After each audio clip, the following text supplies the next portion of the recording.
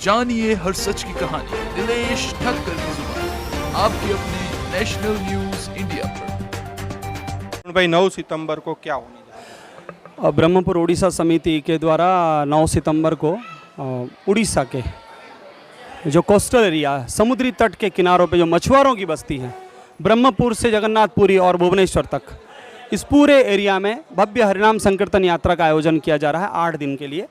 और पिछले साल भी आप आए थे, देखे थे किस प्रकार से आदिवासी क्षेत्रों में भंडारे हो रहे थे और वहाँ पर धर्मांतरण का रेशियो बहुत ज़्यादा है। बहुत खतरनाक स्थिति है उड़ीसा, क्योंकि वहाँ पर रोहिंग्या, बांग्लादेशी और क्रिश्चियन मिशनरी वो बहुत तेज़ी से बढ़ रहे हैं, क्योंकि उड़ीसा के लोग बड़े भावुक और श्रद्धालु होते हैं और उनका नाजायज़ फ़ायदा उठाया जा रहा है। तो इस बार 9 सितंबर को जो सम्मेलन हो रहा है उसका वही आयोजन, उसी का वही उद्देश्य है कि जो उड़ीसा के जो तटवर्ती है, जो समुद्री इलाके हैं, जहाँ मछुआरों की बस्ती है, जहाँ पर धर्मांतरण बहुत ज़्यादा है, उन इलाकों में जाकर उनको धर्मांतरित होने से बचाया जाए, हरिनाम संकीर्तन कराया जाए, भंडारे किए जाए और उनके बच्चों को अच्छे संस्कार दिए जाए। बाल संस्कार केंद्र, विद्यार्थी शिविर आदि का आयोजन होकर ये 8 दिन का ये बहुत बड़ा कार्यक्रम है।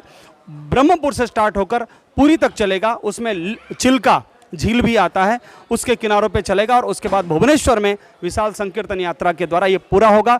उसी निमित्त सूरत शहर के अमरोली विस्तार के अंदर जी साधक सम्मेलन जी उसी निमित्त से उस कार्यक्रम को सफल बनाने के लिए सभी साधक, सूरत एक ऐसी जगह है जहां पर यहीं से संगठित होकर सभी उस जल की धारा को, बापूजी के ज्ञान को लेकर पूरे देश में जाते हैं। तो अमरोली और उड़ीसा, ब्रह्मपुर सभी मिलकर यह आयोजन कर रहे हैं और अमरोली में उसका स्नेह मिलन का कार्यक्रम रखा गया है आगामी 9 तारीख को।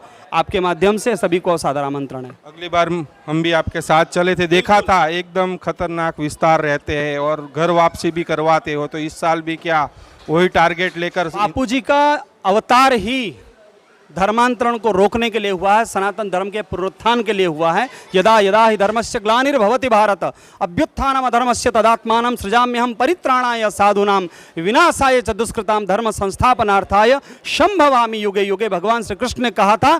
और उसको 5250 साल के बाद परम पूज्य संत श्री आसाराम जी बापू पिछले 50 वर्षों से उसको सिद्ध कर रहे हैं अपने साधकों के माध्यम से सनातन धर्म की रक्षा के लिए। और केवल धर्मांतरण तो मुख्य लक्ष्य है, धर्मांतरण को रोकना बापूजी का मुख्य मिशन है और उसी के द्वारा भारत पुनर्जागृत हो सकता है, भारत पुनः विश्व गुरु बन सकता है। मतलब सूरत के आसपास के साधक आना चाहे तो आ सकते हैं सम्मेलन में?